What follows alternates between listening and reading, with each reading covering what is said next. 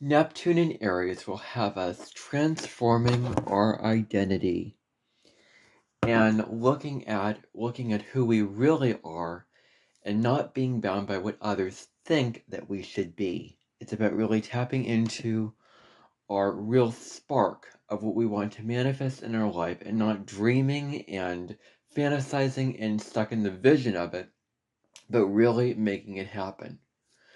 On the collective level, we could see new things about media being very autonomous and independent and sovereign. We could see masculinity becoming high up in the charts very quickly, and a lot of other things that I will be discussing in depth in this video, getting into the deeper, nuanced meaning of Neptune in Aries, which spans from January 25th, 2026 to 2039. I can't give you a date for that because the natal chart calculator that I use only goes until 2035. So I can't give you the date for that. And so, speaking of dates, this is not a guarantee, but I am planning to do that Pluto in Aquarius podcast next week. And I'm going to warn you right now, the dates in that video will be the wrong dates. I am not going through and searching for the right dates because that darn calculator did not give me the right dates because Pluto entered before astrologers said.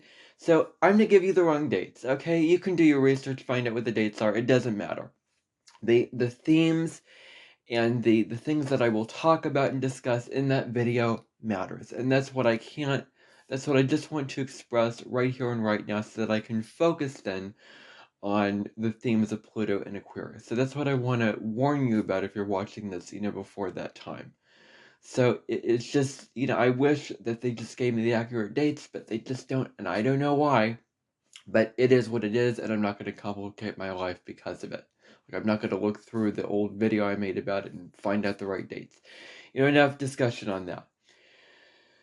Now, Neptune entered Aries back in January 25th. Exactly, I looked it up on a natal chart calculator. It's not the 26th, not the 27th, but the 25th. That's what I found out. And whatever it says on that calculator is the right date. Mark my words. Even though it may be wrong, quote unquote, it is right. So, when Neptune entered Aries back in January, I was consumed with other interests, watching history documentaries, doing, cooking, and I totally forgot about it. Like, I totally forgot to do a video about it, and I did a video on Mars conjunct Pluto instead, and I was like, and I looked back going, what was I thinking? Why did I miss this huge significant transit? And on the Sunday podcast episode, I can talk about anything I want, anything at all, no matter what. It could be a random question on a plotlight in a story and going into a deeper topic that is not that topic. It could be other types of topics, including astrology transits. So if I feel like it, it's a good excuse for me to talk about astrology transits that I want to add on. I don't want my Sunday podcast to totally become that, but that is an option, and I feel like it is very, very important to make an official podcast episode about this transit because it is so huge, and I'm going to be discussing another really big one next week, probably. So, because I want to give it the respect that it deserves more, and I want to give this the attention that it deserves. So I'm going to delve right into the themes of this, because there's a lot here. I think the biggest theme of this transit is being a spiritual warrior. What does it mean to be a spiritual warrior? Being someone who you're very connected in your soul, connected with your purpose and your principles and your integrity, with what you desire and what you want in your life, because that's Aries energy. It's very me, I am sign, me, I'll get into that a little bit later. But being a spiritual warrior, being the assertive one, being the one who's like, I'm going to stand up and I'm going to fight for these spiritual principles like justice and oneness and compassion that I feel very, strong about. And that's Aries energy at the high road. The low road of Aries energy is fighting for low-level selfish principles of my wants, my immediate needs. And I want to bring this up because I don't have it here. Survival with Aries energy. Like, Aries comes in as a sign is like the very, very first sign of the zodiac, and at the low level, it's only concerned with survival, only concerned with getting what it wants, like, lions in the forest or wolves in the woods in Alaska, and hunting down its prey, and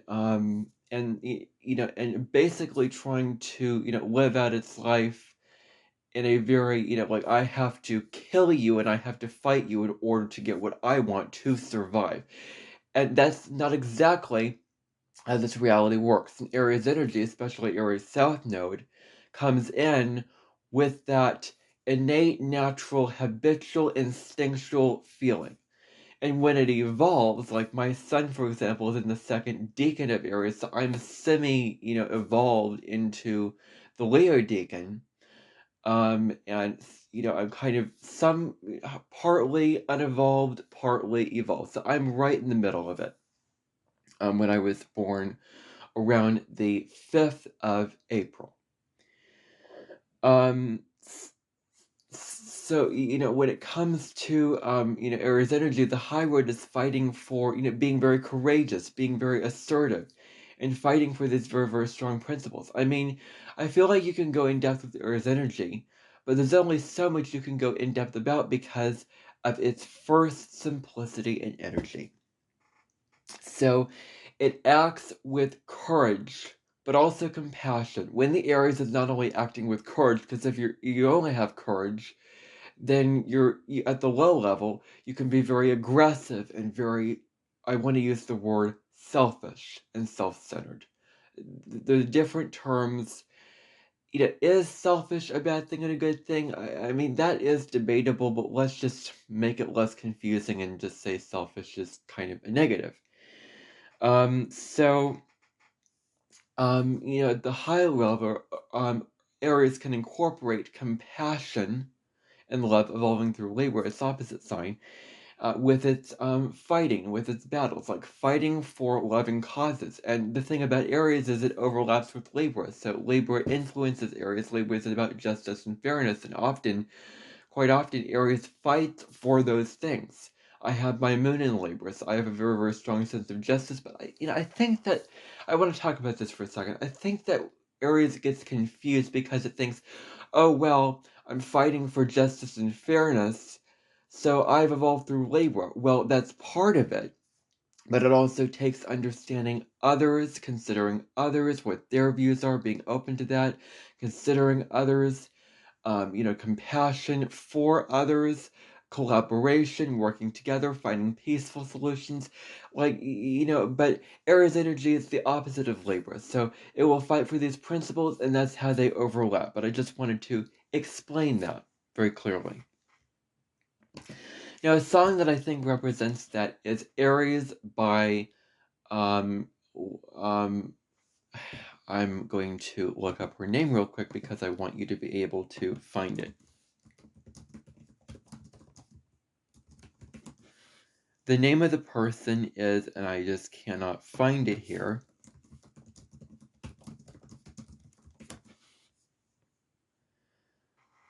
Christy Renee Vaughan. That's the name of the channel, and she created a song called Aries Rebel with the Cause. Listen to those lyrics. Those lyrics are not only Aries, but I think spell Neptune and Aries out very, very clearly.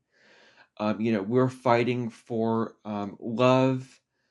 We march to the beat of love. We won't accept the disequality and the negativity and the top-down authoritative people telling us what to do. Like, that's Aries energy. It will not go along to get along. Like, it will not accept what it does not believe in. It will not just accept the status quo when it's not true for them. It won't accept what it doesn't believe in and what it doesn't agree with. I mean, so it'll fight against that instead of go along with it. And that is very me. I really feel like I'm really stepping into my Aries energy, but I really feel like me myself am not embodying the low qualities of Aries probably at all, really. I think I'm really stepping into the high road of Aries because I have all this awareness and wisdom now from my life experience, that, I can do that. Now, for those who have cardinal signs in their chart, cardinal signs initiate things, they're leaders. Aries is a cardinal sign as well as the other cardinal signs, Cancer, Libra, Capricorn. So if you have those signs really strong in your chart, I'd like to think as Neptune is hitting your head during this time. Now, I have this energy in my chart. Ooh, I don't know about when Neptune comes to conjunct my sun. I think that's going to be very difficult because, for example, when Neptune conjuncts your sun, it kind of is a washout. I want to slow down here. When Neptune conjuncts your sun, it's kind of like you have to stop getting out of the driver's seat. And Aries is about being in the driver's seat. Neptune says, no, no, no, no, no. Let the universe take care of it. You need to focus on creativity. You need to focus on spirituality, spiritual practices.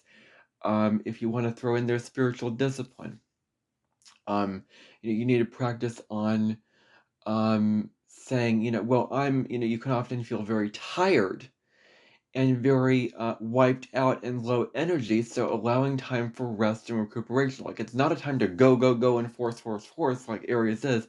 It's a time to rest, relax, and recharge when Neptune conjuncts your sun.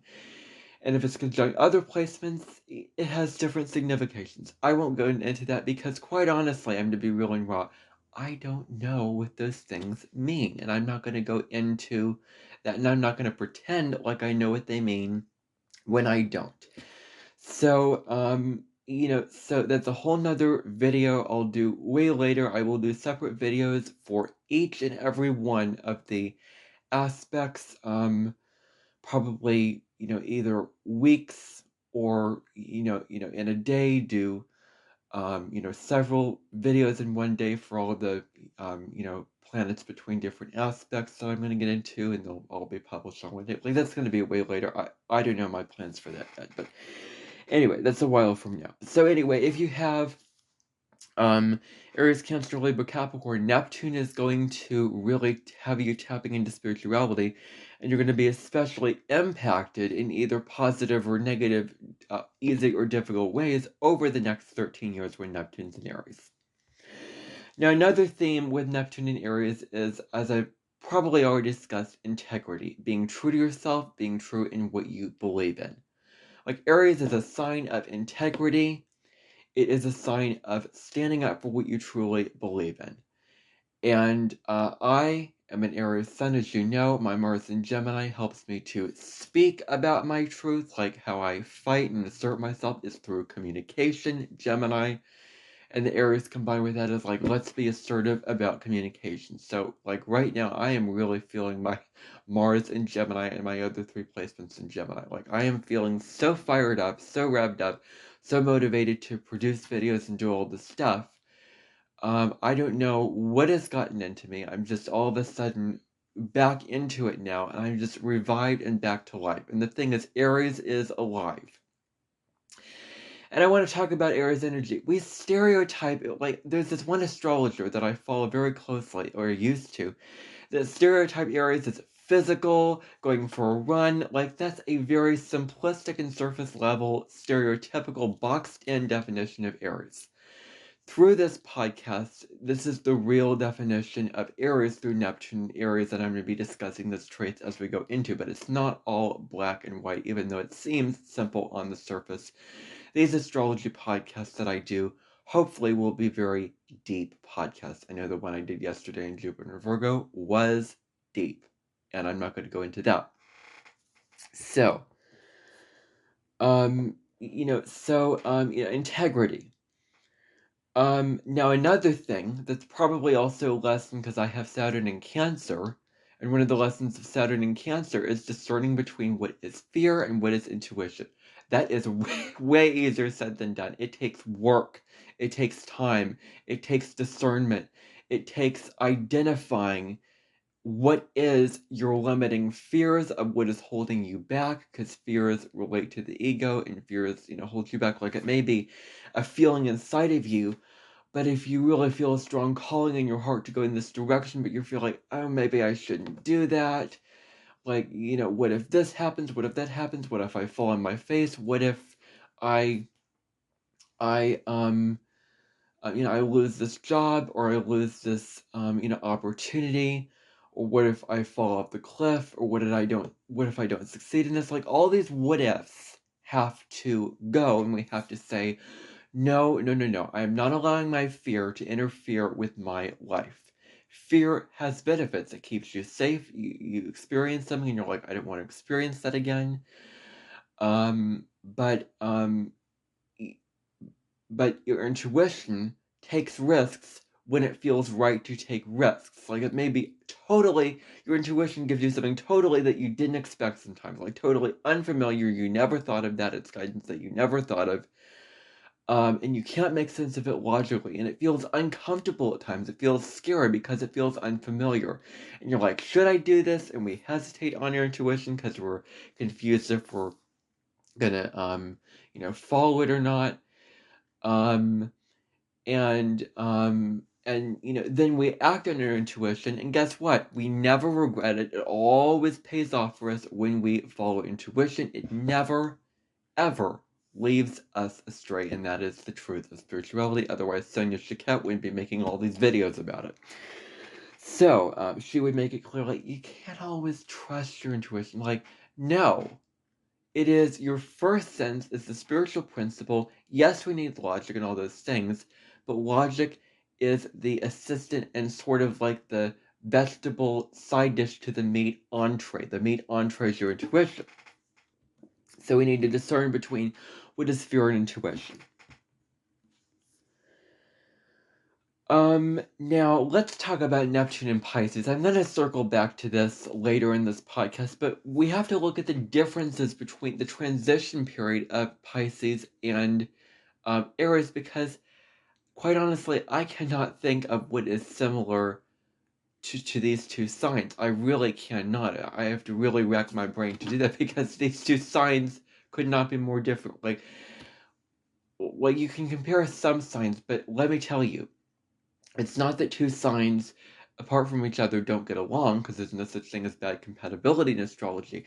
It's that they are just very, very different. It's like when the sun, for example, enters another sign, it's like entering another world. Probably, we feel different. The atmosphere around us changes. That's what I've found. The sky changes. Like that's what I found. Like, that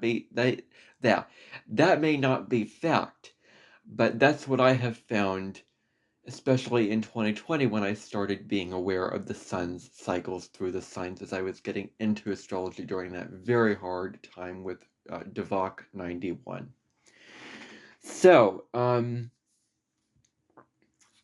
so Neptune and Pisces was a time where the veils between the worlds were thinnest, or thinner, I should say. We noticed the veils between the worlds.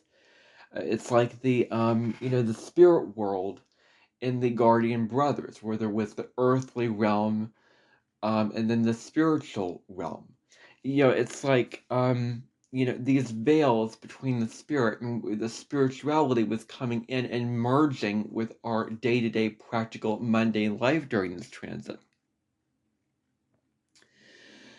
Now, Neptune was discovered in the mid-19th century, and during that time, there were a lot of things, where people were entering other worlds, and photography was invented, a very Neptunian thing. And so a lot of things were discovered at the time, and we have to look at what was going on at that time.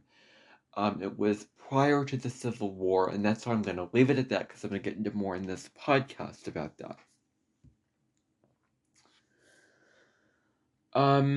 Okay, so very, very interesting and fascinating thing that is huge, huge, huge, huge, is that guess what happened the last time Neptune entered Aries? Guess what happened? Mid-19th century in America, the Civil War happened. I believe I heard an astrologer say the day of the Civil War or the day after. Like, it happened.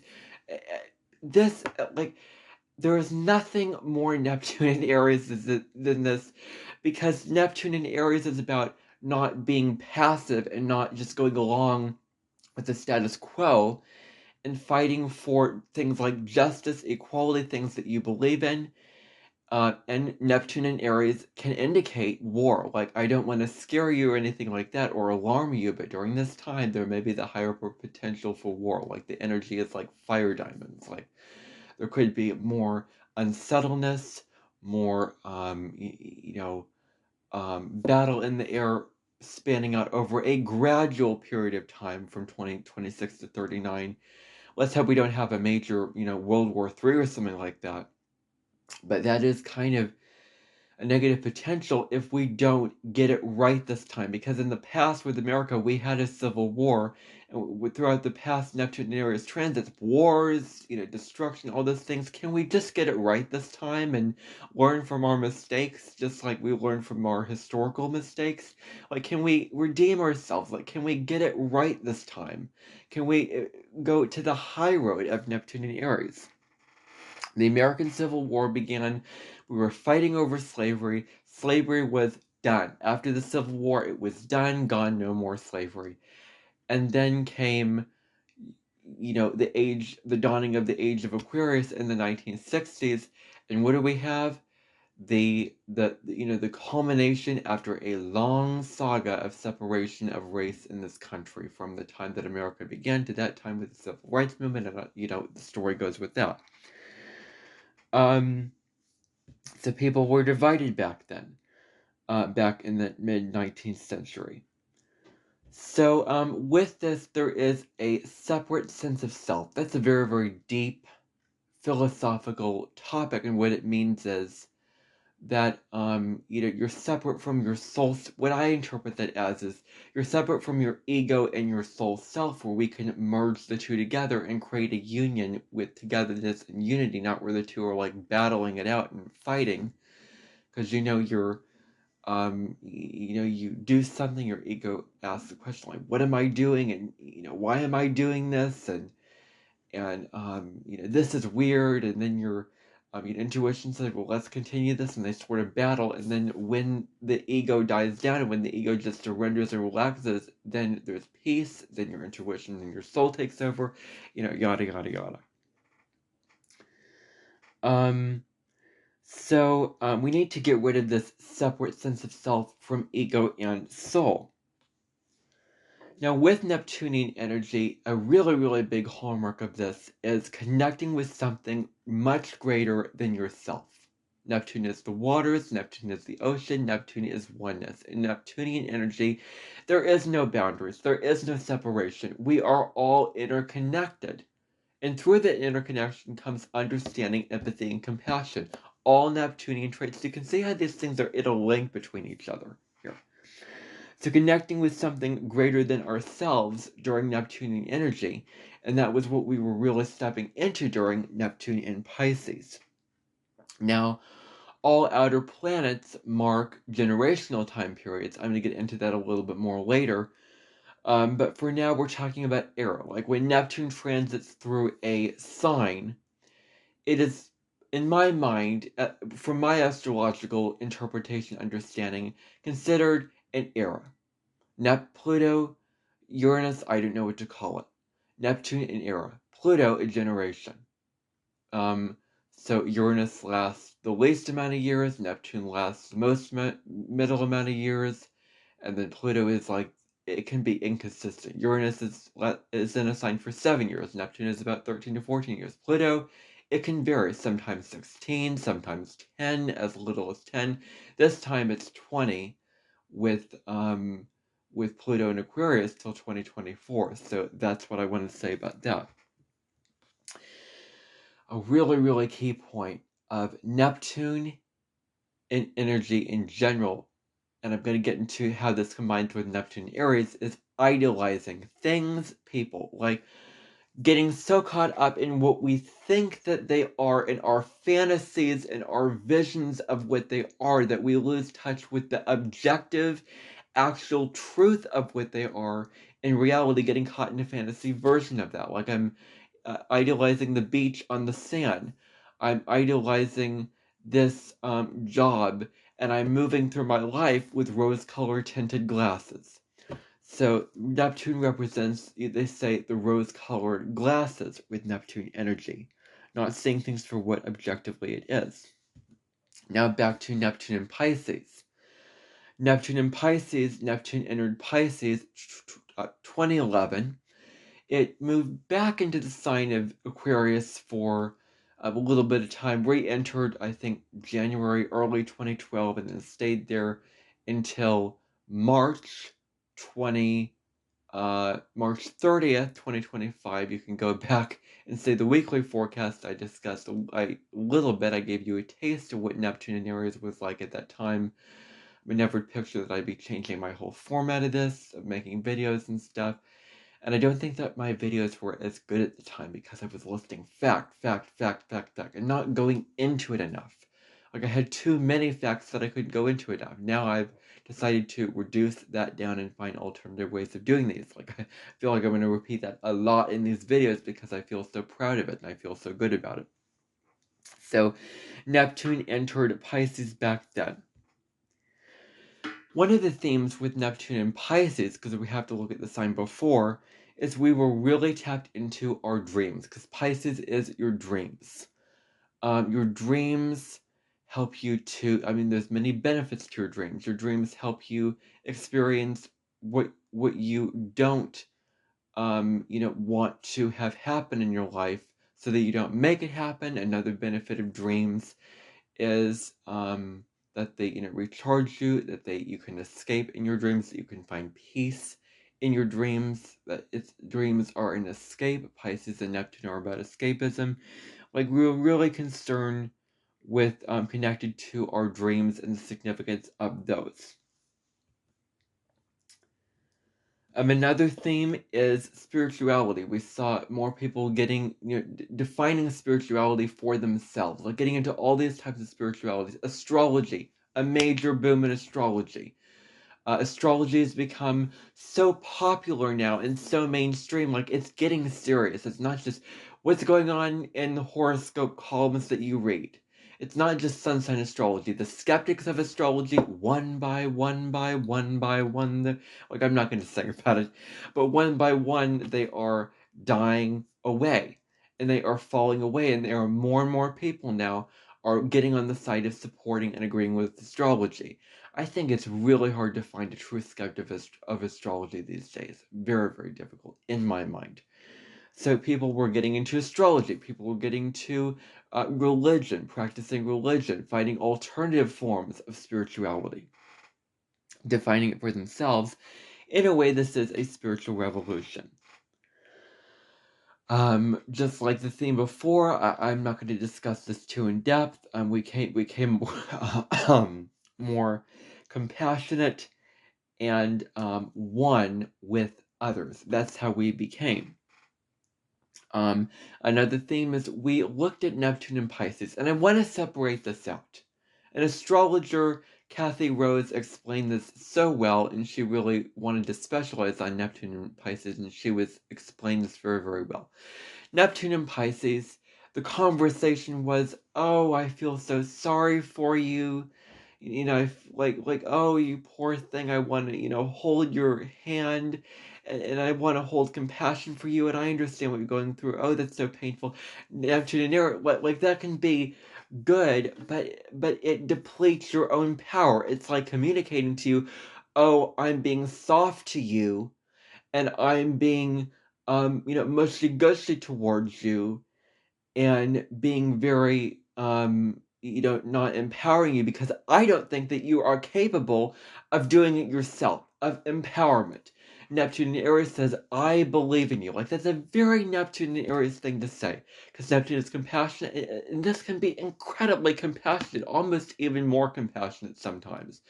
While the other's good, and there's a lot of benefits to that, Aries, Neptune and Aries, is, well, I believe in you, you can do this, you can do this independently, like allowing people to step up and discover things for themselves and step up to the plate and allowing themselves to do things independently. So that's what the point that I want to make about that very clearly. So developing greater empathy with Neptune and Pisces was a theme. Another theme was surrendering control. Like when we try to force things to happen in our lives, we try to make things happen, manifest, then we forget to surrender the control to the universe. And we forget to let go fully and let the universe work its magic. So the whole thing about surrendering control, when it comes to Neptune and Pisces, where we let go of control, is going to turn into us taking control. Like Aries is about, like Pisces is about letting go of control, surrender. Like that's what Pisces is. It's a passive feminine energy. Aries is a masculine energy that doesn't want to wait around. It doesn't wait for the right timing. It doesn't wait for the universe to give it the green light. It goes. It just jumps into something. It makes something happen without anyone's permission, without needing to check in, without needing to rely on others or get, like, because Libra can be so ask permission and need validation from others before they act. Aries is like, no, I can do this on my own because darn it, I want to and I'm gonna do it. Like that's Aries energy, and through my whole life, I can relate. I found that to myself, and especially now, like over the past 2 years, I did not feel like an Aries, and now I feel like an Aries again, so I'm glad. But a higher road of Aries from where I was. That's through that warning and wisdom. Neptune in 2024 hung out at 29 degrees of Pisces for several months. Like just stood still at 29 degrees. And this was significant. Any outer planet at 29 degrees of Pisces is like a pressure point. It's like the culmination of everything that you've learned from all of that wisdom. And it's like the pressure and the themes of it are just heightened. Like the magnifying glass is laser focused on it. And so, and then Neptune moved into Aries from that point forward.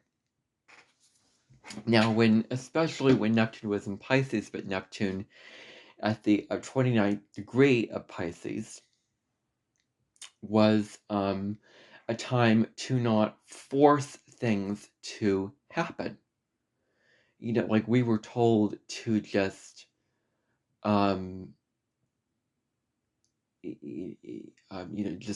let things go and do all that, like Neptune and Pisces. Now, Aries energy, Neptune and Aries is going to find us really focusing on me, myself, and I. Like, that's Aries energy. You can say that that's selfish and all that. Like, check that off the list right away, okay?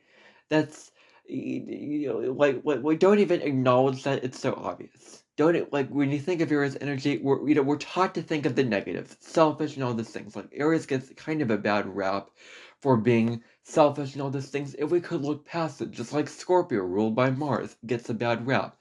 If we could look past that negative primal quality and look to the higher road and true intentions and true flavor of Aries energy, we could get past all those negative things that we say about Aries energy. You're too fast, or you're too impulsive, or you need to calm down, or you need to tone it down. Like, don't tell an Aries to tone down. They'll just not want to, and tone it up. Like, if you tell an Aries what to do, if you order them, they won't do it.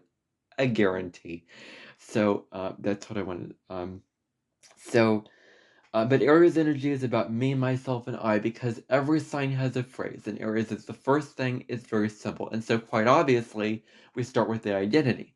So Aries is I am. Very simple. Not a whole lot of explanation with that. I am. My wants, my desires, my beliefs, what I want in this immediate moment, because Aries is very much focused on the present moment, being very present oriented, what I want right here and right now. Aries doesn't dwell on the past, doesn't dwell on regrets. It is very focused on the now and moving forward and charging forward and chasing down what it desires. And so what do I want, in my life? It's very simple. Like, isn't that simple? Like, isn't that easy to understand? It's so simple that that's all the explanation I need to go into with that. This is a time of a new chapter, of a new beginning. Like, this is a time to initiate new beginnings. One of the lessons of Aries energy is to start fresh, initiate new beginnings. While Aries isn't the best at finishing the things they start, which is something that I'm learning as I go through life, and now I can't stand to do that if I intend to watch something, or if it's just like, oh, I can't do this, this is not worth my time. Values, Taurus, North, that whole nother conversation. But initiating, brand new beginnings in our lives. Like initiating these new beginnings is what we're being invited to step into. Now, I believe that I got this interpretation from the astrologer Michael Lennox, who I subscribe to. You can find him on my astrology channels.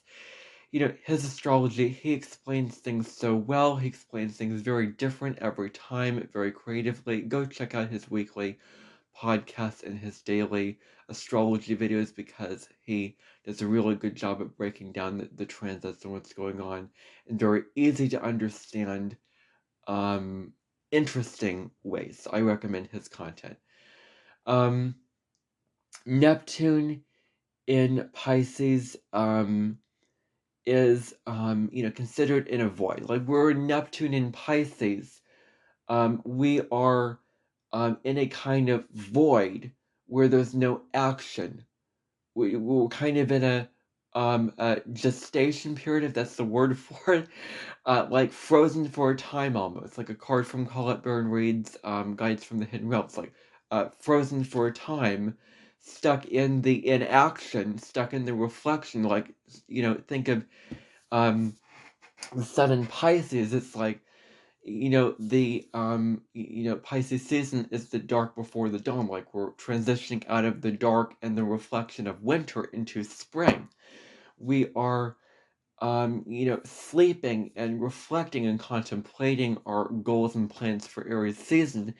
And Aries comes in and says I am, and initiates and makes things happen. And you have to be the one to start the fire. Like, you can't just have a fire without nobody to start it. You can't just start a movement or a civil rights movement or whatever, without starting it, or you can't just have a job or a goal without initiating it first.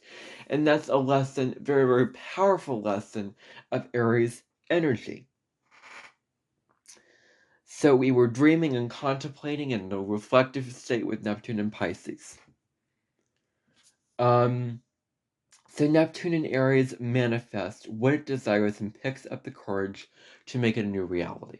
Neptune in Aries says, we have a goal, we have a plan, let's be courageous about this. And Aries wants to make things real. It can't stand the fantasy or the vision or things not being real. Like, it can't stand it just in your head, an idea. Like, let's make it happen. I want to live that idea. I want to experience that idea.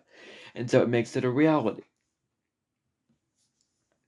We want to go on new visions and paths, carving out a path that is true out for ourselves and not being defined by the values and the rules and the regulations of what society wants for us and what society expects from us and the status quo of that, to what we authentically, as sovereign beings, because Aries teaches us we are sovereign beings. Yes, we come in with relationship and all that, but in the end, we are individuals. We are sovereign.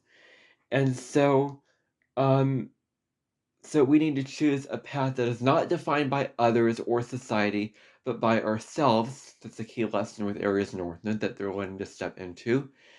And for those with Aries North Node, Neptune's going to hit you, and it's going to really, really have you heading towards your North Node if you have an Aries North Node.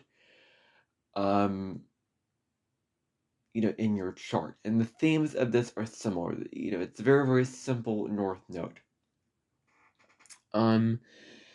Aries themes are being very direct. Like, they're very direct. They're very straightforward. I know what I want in speech. They get right to the point, right to it. They're assertive, they assert themselves, they stand up for themselves, and they bring their own path rather than the one, as I described. Now, another theme is knowing when you need to fight and knowing when to surrender. Like, there's times where we can fight all we can in battle, like we're fighting. And there's times when we fought all we can. It's like they say, do your best and surrender the rest. Like, put in all the work that you can, manifest, but then surrender to the universe. Very similar. Fight, know when the proper time to get up your sword and shield and fight, or your, guns or whatever you use to fight, and then recognize this is the time to surrender because, I can't fight anymore, and discerning, or it's not the right time to fight anymore, and choosing our battles. Choosing our battles is very, very important. What battles are worth our time, energy, and emotional investment to fight, and which are not based off of others, like not picking our battles based off of others and, oh, are they going to be mad, or are they going to be hurt, or are they going to be difficult to deal with, like that. Like, no, I completely disagree with that, because that is living from the outside in. Fight for what you want because it is true for you, because it is worth your time and energy, and fight for it. Don't limit your battles just because of the projection of somebody else. Fight for what you want. Now, if you do feel, however, that you can't fight this person because they're stubborn, they won't listen to you, they're difficult to deal with, then that's when you realize this is not my time and energy. Like, when we say pick your battles with dealing with this other person, that's saying that this person is not at all worth your time and energy to fight. And so in that case, go away from them. Go to, like, you have the freedom to get off your feet and go to another situation and fight, another battle and do all of that. Like, that's what I want to clarify about the whole thing about picking your battles that I want to talk about here. So Neptune is very internal as an energy, very much about, within your spirituality. It rules the 12th house, your inner spirituality. Like, Neptune is very introverted energy. But it could have us fighting battles inside of ourselves, like wars inside of ourselves, like a conflicted battle within ourselves, like Gemini almost. Like, the sign of Gemini in astrology is the twins. There's confliction with the twins. Like, one twin wants to do this, one twin wants to do that. It's like Mighty Mac. It's like, two parts fighting inside ourselves, and what one part wins. Same here. So we could be having a lot of really, really deep internal battles with ourselves during this time that we need to learn how to deal with. So that's the theme. Now, when Neptune entered Aries, the thoughts that I have about it, first of all, Superman. Just as soon as somebody said Neptune in Aries 2025, Superman, I instantly thought of Superman, because who was Superman? A hero. He was determined. He went all around the world. Neptune is the oneness of collection. Like, there is no limits to Superman's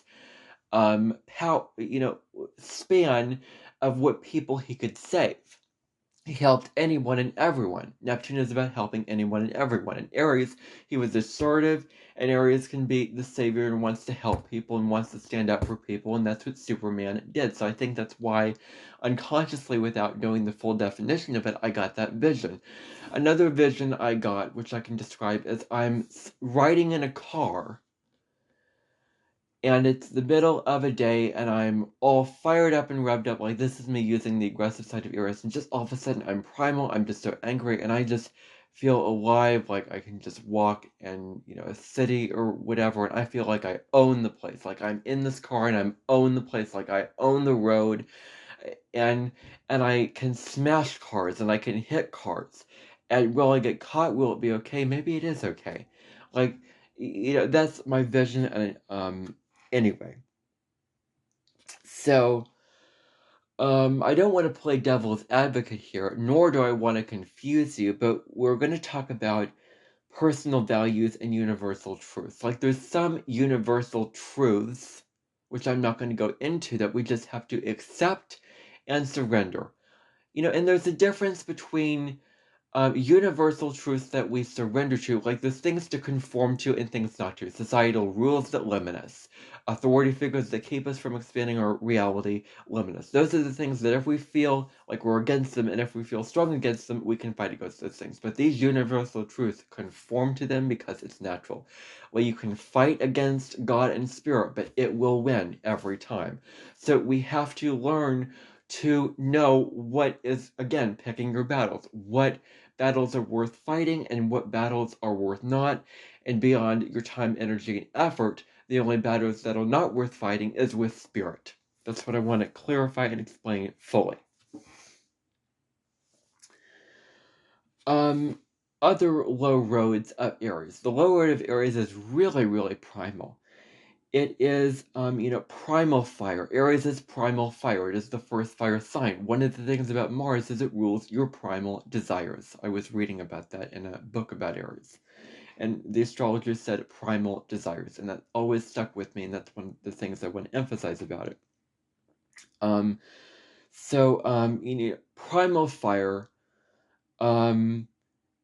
it's very immature, it's very me, I only carry what you want, to the point. Like, it's okay to focus on yourself and focus on your needs, wants, and desires, but there's such thing as compassionate prosperity. Is what I am doing going to serve others or benefit others, or is it compassion to others? Is it understanding that I am acknowledging and caring and being considerate to others, or is it not? And that's one of the lessons of Aries for Aries that they kind of need to learn in this life if they're to evolve into the highest version of themselves. And the other low road is being very impulsive. Very, very common. Like acting out of the first, like I have this thing and you do without thinking about it. Like very immediate. You don't have any forethought, like you act before you think before you act. That's one of the low roads of Aries energy. It's like you can act out of impulse, but in a way where you're not like, thinking acting. I mean, that might get too confusing for you. Because I have to be real, there are different things. And I can't get any other way around that because that would confuse you and that would confuse me. So I'm not going to go there. And it is unevolved, like really unevolved. Now, the high road of Aries is following the dictates of your soul, being all those Aries traits of assertive and self-focused and all those things, but in a way where you are following not your ego's, desires, because the low road of Aries, ego, self-righteousness. The high road of Aries, focusing on what your soul wants, what your soul craves, because the soul should be leading the ship, the ego should be the assistant, not the other way around. And so, the high road of this is, is, following the dictates of your soul with this, Aries energy, and conforming, following your soul with what your soul wants and what it craves. Being true to what your soul is trying to guide us towards. In that way. Neptune only stays in the sign for around 14 years at a time. As we know, Pisces is the last sign of the zodiac, Aries is the first sign of the zodiac. This marks the beginning of a new 165-year cycle because it takes that amount of time for Neptune to circle all around to the whole zodiac. Uranus is 84 years around the whole zodiac. Neptune is 165 years. Pluto is 248 years. So Pluto, when we discovered it, it didn't go all the way around the zodiac before we discovered it in 1930 when Hitler was rising and Plutonian, like Plutonian, you see the overlap, like Pluto impacted that. Otherwise, hence the name. And and so and Yeah, so, like, for example, the U.S. just had its U.S. Pluto return at 27 degrees of Capricorn when the Declaration of Independence was signed, the Revolutionary War, so we had the U.S. return, and that was significant, not just for America, but for the whole world. And I have some things to say about this astrologer, but if you do want to go back and see a really, really great, well-done video about the U.S. Pluto return, Pam Gregory's video about it will give you a lot of good information if you're really interested in that. I'm not going to talk about Pam Gregory because I have a post about mundane astrology that I kind of discuss my opinions of her in a little bit in an indirect way, so you can check out more on that community post on my YouTube channel. But anyway, so when the outer planets in general change signs, it impacts the collective, it impacts the world more so than it does us as individuals. When the personal planets, Venus, Mars, and Mercury, and possibly Jupiter and Saturn change signs, it impacts us more personally. When let's say Venus is trine Mars or square Pluto, personal. But when, say, we just had the Saturn-Neptune conjunction February 20th that I did a whole podcast episode, it was about the first episode I did, and I thought, perfect. This conjunction happening at 0 degrees of Aries at brand new beginnings, perfect first episode for a podcast. There couldn't be anything better than this. Because it's like a marking of a new era. I just think, like, things this year in 2026 are just falling into place. I don't know what it is. Zero expectations for the year, but things are going great. So, at least in my life. So, so when the outer planets change signs, we need to look at the mundane astrology, and this is where I find mundane astrology really fascinating, is when these big outer planets change signs, and especially the aspects between these outer planets and the big astrological events that make history when these big conjunctions were happening. Like, I find that fascinating right now, especially because I have several books on history that I got that I am probably going to get into reading this week because I want to focus on other things, not just videos and all that stuff, because it's not healthy to focus on other things. Anyway, I'm talking quite a bit. I'm blabbering, but I'm not going to apologize for that. So anyway, so don't mind me. I'm just stepping into my Mars and Gemini energy. So when these big planetary changes happen, they impact us more on a subtle, under the surface. Like, we don't feel it like this Mercury retrograde. Like, we really feel that very strongly in our personal lives. Venus retrograde, we feel that. Mars retrograde, we really feel that. When the sun changes signs, the mood changes. When the mood changes signs, it's easy to tap into the moon, like our mood and our emotional current and temperature changes. But when these outer planets change signs, it is more gradual, over time change. Like, we don't notice it like in a day or two. It doesn't impact us in a day or a week. It impacts us over a long period of time.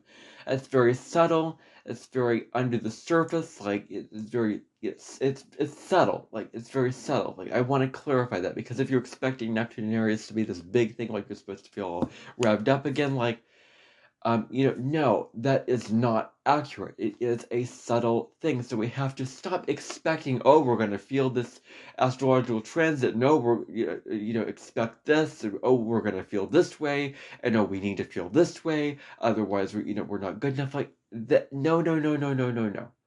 We experience astrology in our own ways, but we don't feel the outer planets that, so if you're expecting to really feel this, then I would drop that expectation, because you're probably not. Unless, like, Neptune's on your sun or impacting your personal planets or something, then you'll really be activated by it and get hit by it and really feel it in that case. Most likely. The length of time that the outer planets, especially Neptune and Pluto, stay in the sign is known as a generational transit. A generational, like a generation. Like, you can, like, I'm going to do a whole video sometime way later in the future on the Pluto generations, for example, I find that so fascinating, from Pluto in Gemini to Pluto in, like, it is fascinating to look at past outer planets in history. Sometime I promised myself that I would watch Saturn Neptune conjunction in history. I've just not gotten around to that because I've been so busy. But I want to get to that. And there's a video by a lady that I wish she was making videos, because her videos were just so deep and so so unique, so philosophical. Like, the channel, I'll probably put the link to the video below about the Pluto generations. It is audio, she doesn't show any pictures, but wow, is it fascinating to see how different each Pluto transit in the 20th century, especially, lasted from Pluto and Gemini onward. Like, looking at what happened at the time, the era, the trends, and what was going on. Like, it's fascinating. It really is. So I want to do a whole video on that way later in the future, because I find it so, so interesting. So it impacts the trends that go on generationally. Okay. Another note that I want to say is, like, say, in astrology, when astrologers say focus on embodying your Uranus or your Neptune. Well, that's, you can do that a lot, but we want to go deeper and look at the sign that it's in your chart, because we don't often look at it because these planets stay in a sign for a long time, but the sign really colors it and gives you a flavor and something to work off of. It's something to take as the themes of what this planet is embodying in the specific sign and what it means for you in that way in your life. So that matters quite a bit. Another theme here is getting caught in your dreams, getting caught up in fantasy, not with Neptune and Aries specifically, but with Neptune or Neptune and Pisces in general. Getting caught up in your dreams and getting caught up in the fantasy versions of your dream and not being able to see reality. I think that's pretty easy to understand. Neptune and Pisces, as I said, dissolve boundaries. We also saw, what I was reading is, we also saw globalization, like businesses, countries joining together and holding hands as one, like the unions of things. We saw Saturn Neptune conjunction back in 1989. What happened? The Berlin Wall fell down. And that was the end of the Cold War. So we saw all these divisions and all these boundaries coming apart during Neptune and Pisces, and people joining together and things becoming more unified, very Neptune and Pisces on a mundane level. When it comes to mundane astrology, you can't look at the planets and their meanings in mundane astrology. You have to look at world events. That if it's not world events, it isn't mundane astrology, period. And so don't be a mundane astrologer and say, oh, I don't want to talk about that because I don't want to engage in that, and I don't want to focus on that because you're already aware, and I want to avoid that, and I want to raise my vibration, go beyond the light. No, I'm sorry, but no.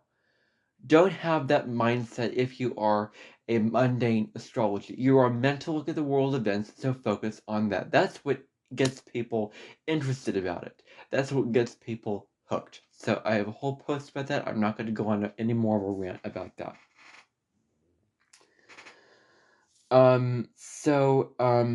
Okay. So unity, we're all one. Increased migration, we saw more people coming in to different countries. Now, another point I want to bring up is social media, that that we saw very, very critically. Social media, we saw, like things like Instagram. Like, Instagram is so Neptune because what is it based around? Images. Neptune is images. We saw things like TikTok and YouTube, really, really huge boom. And the point that I want to make on social media is everyone is not afraid to share their opinions openly and honestly on social media. Like, it's a place where anyone and everyone can share what they think, what they feel like, open believe, without the judgment and the crackdowns and the I'm deleting your content, or the I'm right, you're wrong, or bad comments can certainly happen on the internet, without the division and the rules like we have in real life and society. It can actually be more, less limiting, and it can actually really stimulate the creativity and freedom of thought of all of us, if I have to be quite honest with you. And but with social media, it is very Neptune because we're all one on social media. Like, I could be watching a video about a British astrologer and then watching an American cook and be slightly aware of their differences, but then forget about their different accents and just focus on the information what they're delivering, and like they're similar, but they're not separate because of their accents, even though they are. Like, focusing on, not their accent or their background or their ethnicity, but rather the information that they give, rather that there's differences, like we're all one and we can't see those differences. Um, Another note that I was reading about was that jobs were abolished. We talk about, all this kind of things. It's a whole mundane conversation that I'm not going to go into. Now people are consuming the same content. Like back then, you could be reading about a story in Seattle in one place, and a book about the history of snakes in another place, and you would not be reading the same thing in one place. Or like, with like, say, Great Expectations by Charles Dickens in the newspaper, you would just simply read just a section of this section of what this part of the book is about, and everyone's talking about it, and then they're just holding their seats for the next part of the book. Whereas with the printing press, and where media was printed out, and where everyone could access it and produce things faster and more efficiently, people consume the same content, not back then, and what was in the news and all that. Um, So Aries is the fire starter. It's the spark of life. Now let's circle back to Neptune and Aries again. Aries is the spark of life. It's the fire starter. It gets the fire going. For all the other signs to follow, we have to start with Aries before we add on all other 12 signs. Now, Aries is ruled by Mars. One of the things that you may not know about Aries, but maybe if you think about it, you can figure it out, is separation. Aries is about separation, whereas Libra is harmony. It's connected. It's in Pisces. The difference is with Pisces, it's so open, it's so interconnected. Aries is like separate, separate, separate. It's like it couldn't be more separate. I'm right, you're wrong. Me against you. And that is a very low road of Aries, but at the high road, it can be me being an individual and stepping away from you and being my sovereign being. That is Aries energy, and Aries rules battle and separation. Mars is the separation principle in astrology, ruled because Aries is ruled by Mars. Mars is one of the malefics, the daytime malefic. It is the the planet of war and battle.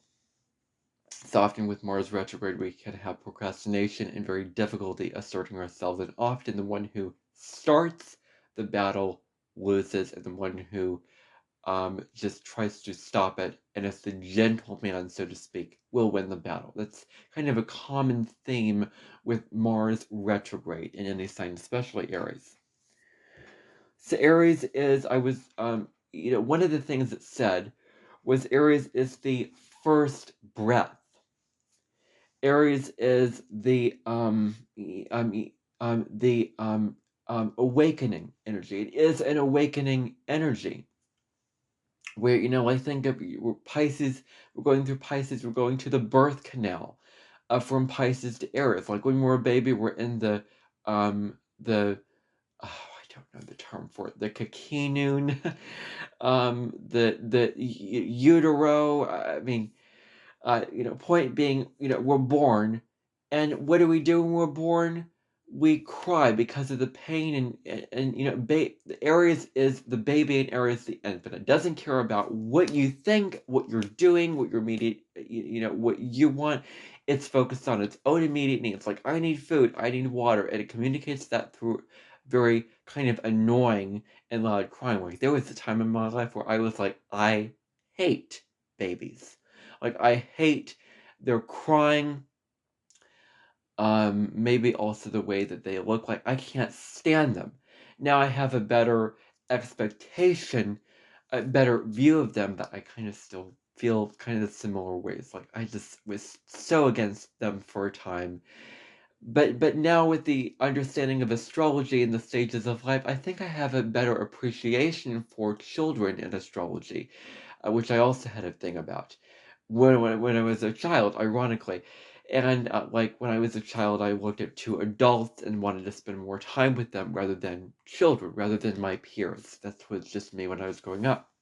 So Aries is the child. Aries is the first breath that comes into this life, and is very much about the first breath. Like, when breath represents the consciousness of life. And so that's Aries energy. Like, when the baby is born, we celebrate, we're so happy about it because it's new life. Aries is a sign of new life. Aries is about, at the high road it can be, stepping into our purpose, what we were truly destined and born in this life to do. Like, we were not pushed on the bus. We were not, dragged down. We were not forced by God. We were not dropped down from a spaceship and just land on Earth and then but Earth doesn't have an instruction manual. How do you operate this planet? Like, we learn as we go. And but we need to, we lose our purpose. Like, I can't find it. Where is it? And we look for it, and when we find it, when we get those purpose lines on our face when we get older, when we develop our purpose, and when we step into what we're born to do and what feels truly right for us, then we find the true meaning and fulfillment in our lives. If you've been standing on the sidelines, if you've been not assertive, if you've been pushed down, inhibited, like Aries is a sign that says, I am not going to be inhibited by you. I'm not going to be inhibited by family, my societal expectations. Like, I'm not going to be inhibited. Aries does not want to be inhibited, and Aries will do anything not to be inhibited. Well, somebody says, well, it's good to be inhibited. Well, it's good if you are using only the low vibration of Aries, like selfish, fighting for your own negative battle, and it's harming others, and it's you not being connected to your soul and your intuition. That's when you kind of need to be inhibited a little bit. But when you are true to yourself, and when you stand up for yourself, then you don't need to inhibit it. Like, I have Mars in Gemini, and one of the things that my a family member said to me last night is, that you're talking all the time is a bad thing. And I stood up for myself. Oh, the clock is that my oh gosh, suddenly my clock, like, I have to move this. It's gonna totally just. This is okay. Just hold on a second. My clock is going, and I don't know how to. Okay. I'm back. So, Aries, if you've been standing on the sidelines, if you've been, not standing up for yourself and, doing all that, then you're going to find that this is a transit that's going to push you into stepping into that role. So, being assertive and being in the front line, like not being afraid to be in the spotlight, giving and receiving. And so giving, you are, what are you giving? What are you putting forth out into the world versus what are you receiving? Pisces energy. And it's a balance between the yin and the yang there.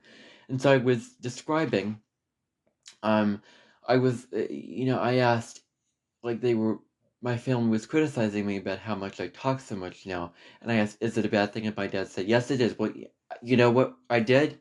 Nope, I'm not going to accept that. I stood up for myself and I said, you know what? I embrace that. I accept that about myself. It's actually a good thing that I talk because I have enthusiasm now.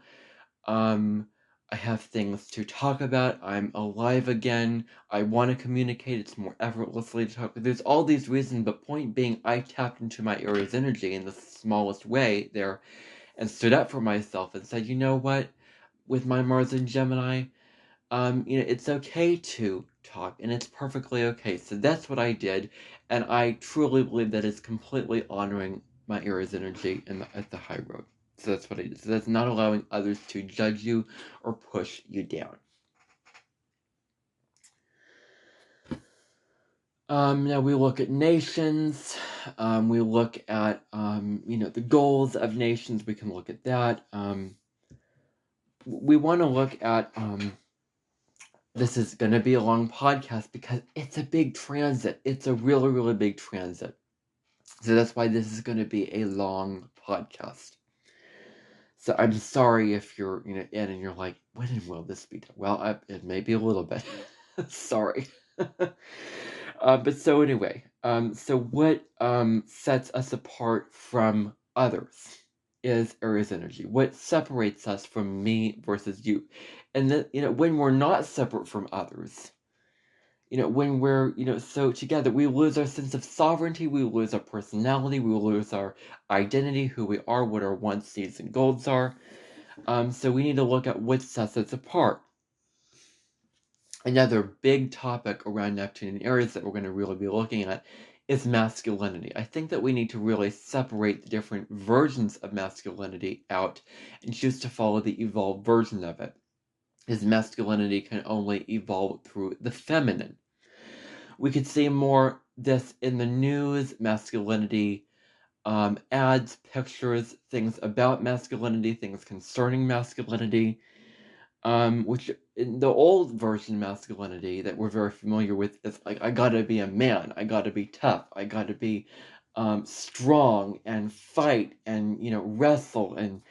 And the higher version of that is, well, I'm actually learning to connect emotionally. I'm actually learning to open up an emotional level. Like, I'm actually learning that it's the gentle, flowing way of connecting rather than the fighting and the aggressive. I'm actually learning to soften the edges a little bit and open up in that kind of way. So I think that we need to look at it very, very carefully at this time, connected with that. Aries is very prideful, very, very strong in ourselves and our beliefs. And so that's what we're being invited to stand up against this time. And so identifying self-expression in the media. And I am embodying this so much, I can tell you that right now. This is something that I've been living for quite a bit the past week. Okay? So this, this time is a time where we are not so concerned about what the audience thinks and what everybody thinks of us and how are they going to perceive this. Like, we're more concerned with authentic self-expression. Like, there's a YouTube channel called Owning Authenticity, and her whole thing was about being totally authentically herself with having respect for others. I am totally on her side with her philosophy of that and everything. Like, I am with her. She doesn't make videos anymore. I wish she did.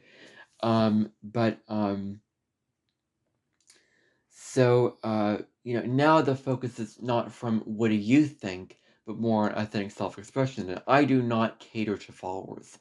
I do not let others' opinions of me and others think like, you should do this, you should do that, and what will they think? Like you should edit yourself. You should you should not talk about this. You should not show like that. If I allow that to get to me and allow that to affect my videos, whole thing's gonna go out the window. Like, the whole thing and the fun's gonna be away from the whole purpose and the whole thrill of it and the whole reason why I'm doing this is gonna be defeated. Like, it defeats the purpose of being on social media in my mind when you allow others to get the better of you. Like, don't make videos and don't make posts for your followers.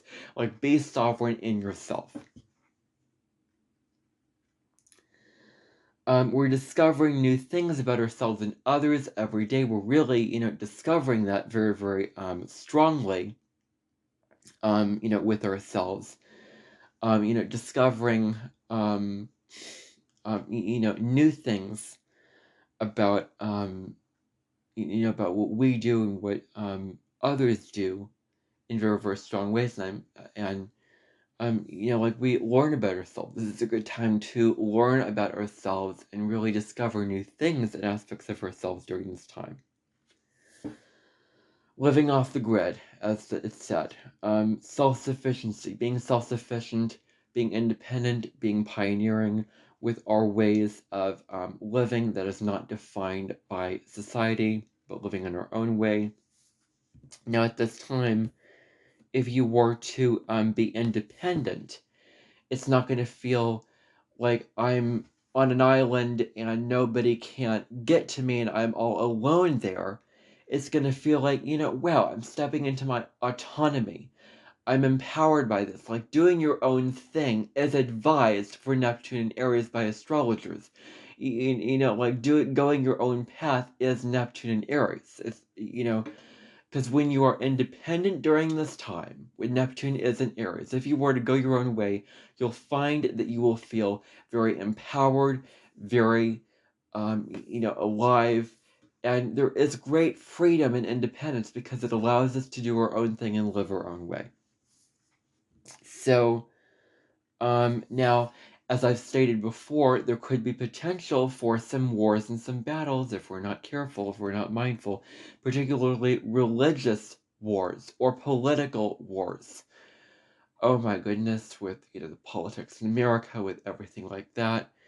There could be wars. I know that Michael Lennox, the astrologer I was referring earlier, predicted that on one of his forecasts with another, I'm not going to get into that, but on one of his forecasts, let's just say, where he predicted a political war in America with Neptune and Aries, because it's going to make people, rise up and fight for true principles.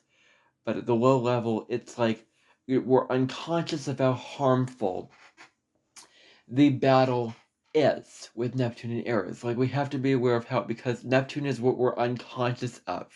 It's the unconscious. So with Aries, we could be having the desire to fight and be impulsive without, I don't know why I'm feeling so angry today, or why I'm feeling so like I want to fight this person today. Like, that's a typical thing with Neptune and Aries. And with this, we could be seeing a lot of wars in this kind of way. People defending their sovereignty. Creative sovereignty also. Neptune Aries, very creative. Or Neptune, very creative. We are so polarized with our politics these days. Like, can you put two people from the opposite sides in the same room and have them get along? It would be very, very difficult because... And it's going to get worse with Neptune and Aries. One of the potentials that astrologers are predicting, like Neptune is not going to make it happen. It's just going to reflect what probably will and might happen. That's what astrology is. So I'm saying that the polarization might just increase and go on a whole nother level than it is already, because Aries is separation. So, kind of, I don't want to be the doom and gloom and the devil, but kind of enjoy the, while you have it, because, just the kind of negative doom and gloom perspective of it, though. But I provided so many positive things, I think it's fair to just slip that in there real quick. I was also reading about the idealization of leaders. Oh my goodness, how we idolize people, how we think they're perfect, how we do all this, and I'm going to get into that, but idolizing leaders, following them blindly, like following leaders blindly. Following them blindly. Like, you think of cults, like I've seen, like, I was into those I Survived shows, those were dark shows, I have my Southern Scorpio, so I'm into that kind of stuff, moving away from it, of course, but cults, like, with a cult, the idea of a cult is you are drawn in, you are allured and attracted and magnetized by this leader, that you blindly follow them because you believe they are the master, they are right, you look up to them, you idolize them, and you blindly follow them and make anything that they say or do make logically sense because you feel such an honor and respect for them that they could hurt somebody, and you could be still honoring them. They could do something so terrible or so unethical, and you could be honoring them because of your faith in them that is so strong, and it is an like a blind faith. And that is also a really, really huge theme of Sagittarius North Node. The Gemini North Node is asking questions to the blind faith and going, what is true for me? And asking questions like investigating. What are the true intentions behind these rules? Like, what are the true meaning of these rules, etc., etc.?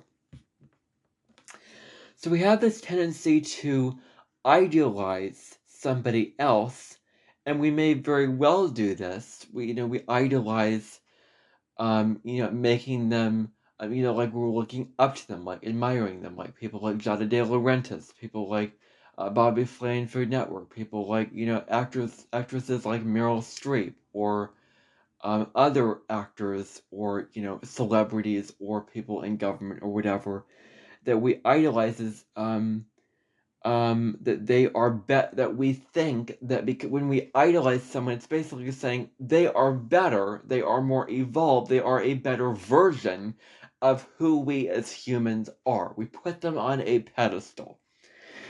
But the truth is, in the metaphor, in a series of unfortunate events, we're all what is known as chef salads, meaning that we all have good and bad inside of us. Like there's nuance to us in life.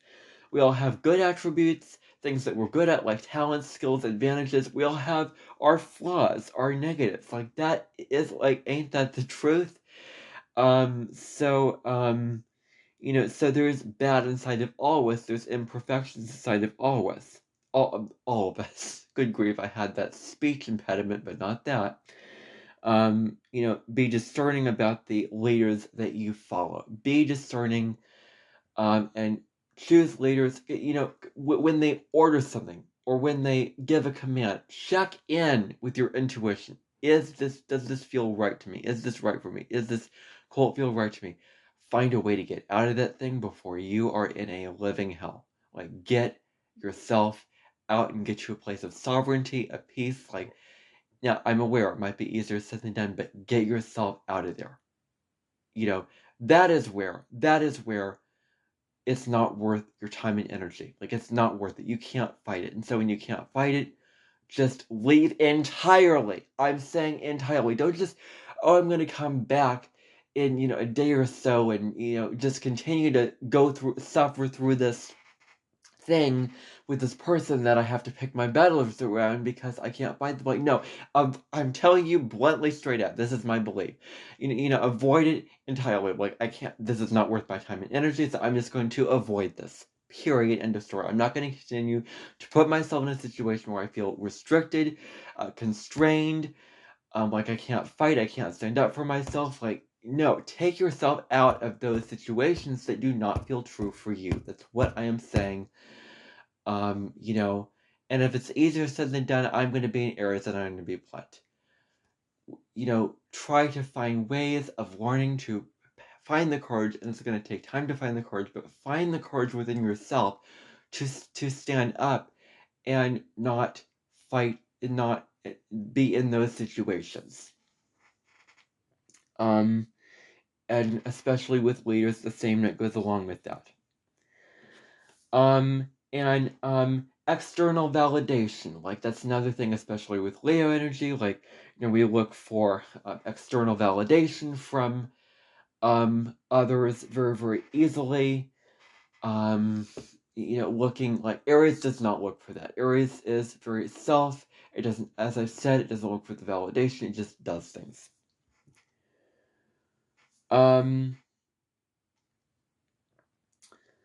We tend to place a lot of spiritual emphasis on this God, or this leader, or the Dalai Lama, or this, thing outside of us, or, all these types of things external to us, that we forget to connect with our own intuition, our own inner guidance, our own inner teacher, inner authority. That is where the true wisdom lies. There's a lot of wisdom out there, but they don't know you like you know you. Okay, so so the true wisdom is inside of yourself, and that is the ultimate, that is a universal truth that you cannot fight. So whether you agree or disagree with that, you can't fight it. You can't battle against it. It is the truth.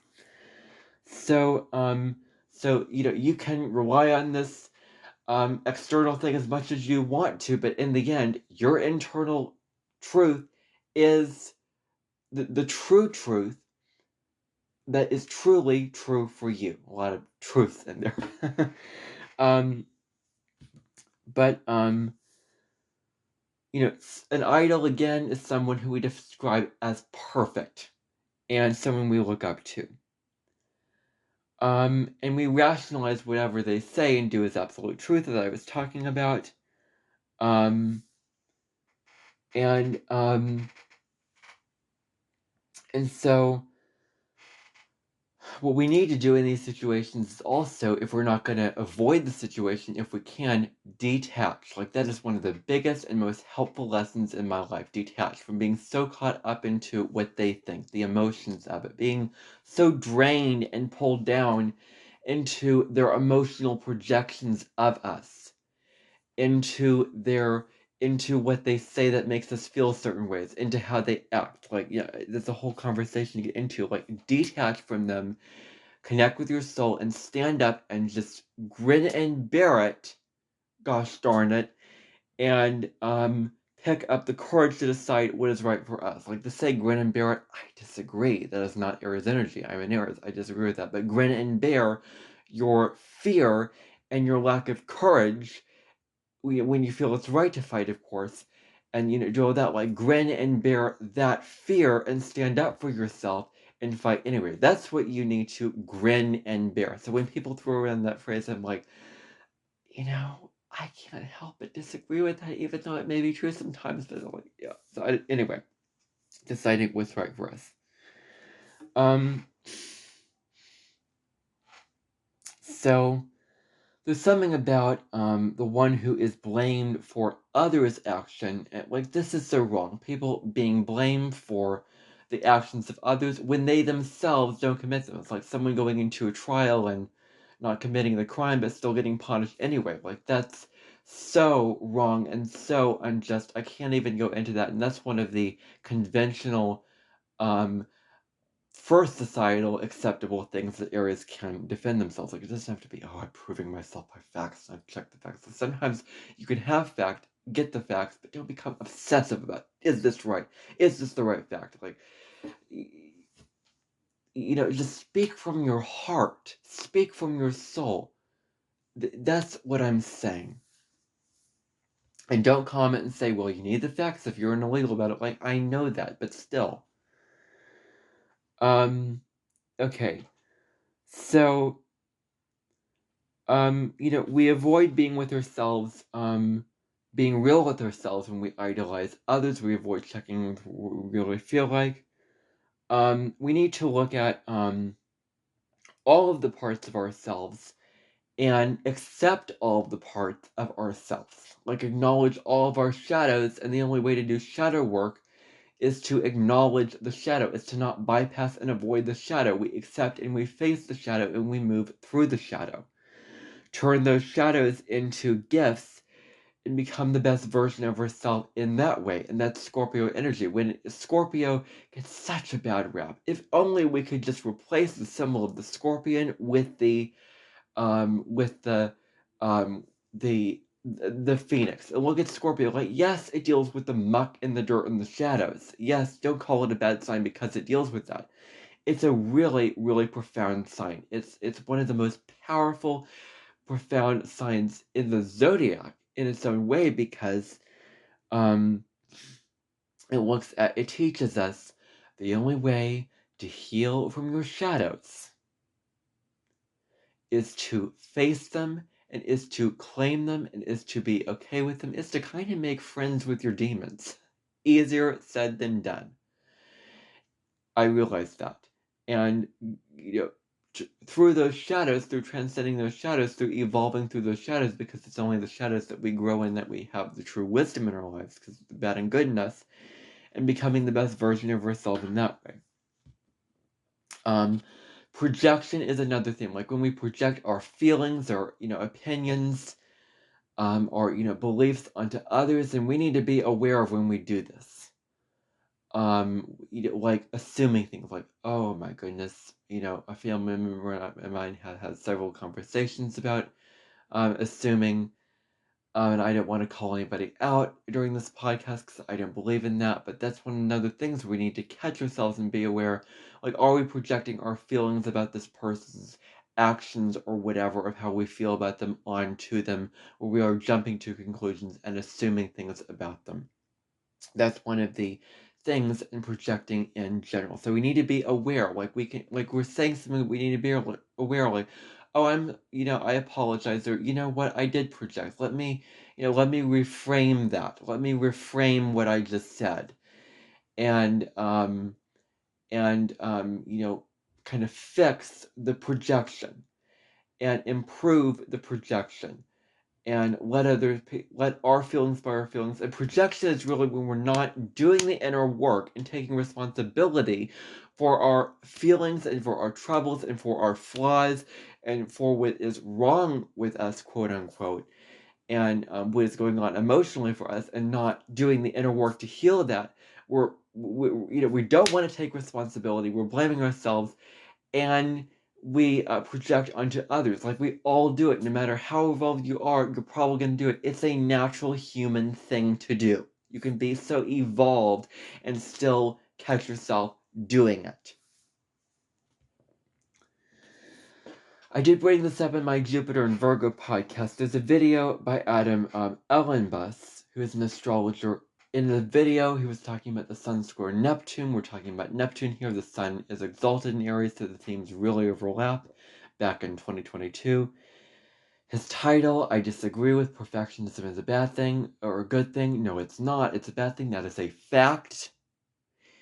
And, but the points he was making were totally valid. Like he was saying, it's good to have a goal to reach towards, something to have something to strive towards. That's one of the main points that he was making. It's a goal to strive towards, because that really makes life worth living. If we have nothing to strive toward, how can we grow? How can we evolve? It's a point that I really, really strongly agree with, and a deep point. But he called it perfectionism, and I'm sorry, but that is not perfectionism. And that's a little add-on I want to say to perfectionism. So Adam, if you're watching this, you're in the wrong about that. Not with what you were saying, but perfectionism. Nope, I'm going to tell you right now, not a good thing. You may believe it is, not a good thing. I'm going to tell you right now. I repeated that. Sorry. Perfectionism is not achievable. Nothing can be entirely perfect, otherwise, where is the room for growth? Well, yes, you have a goal to achieve, but like you climb up a mountain and there's always another one. Like if you achieve everything, like just like if you know everything, like what's the point of continuing to enjoy life and learn and grow and find meaning in life if you just know everything? You're completely satisfied, you're completely bored of it. It's like if we were perfect in a like in the good place, they were in the good place utopia, you get bored because there's no end to it. There's no limitation on it. Like that's one of the valuable lessons of Saturn. And when they put limitations in the show and they put like a doorway where your soul can dissolve if you step into it, then it's meaningful because okay, there is an option to end this, so that makes me want to continue doing this because I don't want this to end. Like it's a natural thing. So no growth, no joy without something more to attain and strive towards. Perfectionism, though, is critical. It is judgmental. Like that's a whole separate thing. Like Adam Ellenbus was talking about, and I bring this up because I brought that up in another video. Now I realize I'm going to link that video down below. Now I just realized something. I named and called somebody out in a video. I'm sorry if I did that. Okay, I'm sorry. I just realized that I was going off, and I just realized that I did it just now. Like, I was unconscious of that, so I'm sorry if some of you are turned off by that. But I just realized that I do apologize by that, but I think the reason is I brought it up in another video, so that's kind of why I brought it up, but if that was wrong, I'm sorry about that. But still the same kind of point, though. Like he was saying, all the, points, in there, like all valid points, but they were completely separate from what he was talking about. Well, he was talking about everything that's not perfectionism, and yet he was calling it perfectionism. Like, no, no, no, no, no. So, rant is over about that. Perfect doesn't exist. The only thing that is perfect is universe and spirit. That is perfect. Look within ourselves and not externally within ourselves.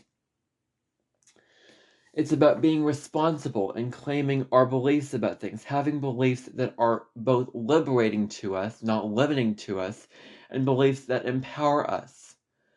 Like, not that you need to go through a whole mental work, but just spiritually, just naturally in a relaxed fashion, have beliefs that are limiting and empowering at the same time. Those beliefs are very, very important. Be responsible and claim your, beliefs about things. Very, very important. And Venus is considered to be the lower octave of Neptune, because Venus is the planet of love and relationship and beauty and harmony, but Neptune is oneness and compassion and empathy, and Venus is exalted in Pisces, so there you go. Neptune is exalted in Cancer necessarily, which is, anyway. So finding the truth within ourselves, and even the ones that we idealize, that we put on a pedestal, are in the end human. Flaws, advantages, imperfections. We're all perfectly imperfect. That's the way it is. So the real definition of perfect is perfectly imperfect. That's the last little slight note that I want to leave you on. This has been a long podcast, but this is a big transit. You have to understand, you can go back and watch this over years until 2039, and it will still be relevant. Like, this is a big deal, and so that's why this podcast was extra long. So I'm sorry if you were sitting through this, like, when this is going to end. I mean, I'm hoping that you were sitting through thinking, like, I don't want this to be over. But, I hope that you enjoyed this and found value out of this. I'm not going to say any more. I want to get off. Have a great rest of your day, morning, afternoon, evening. Goodbye.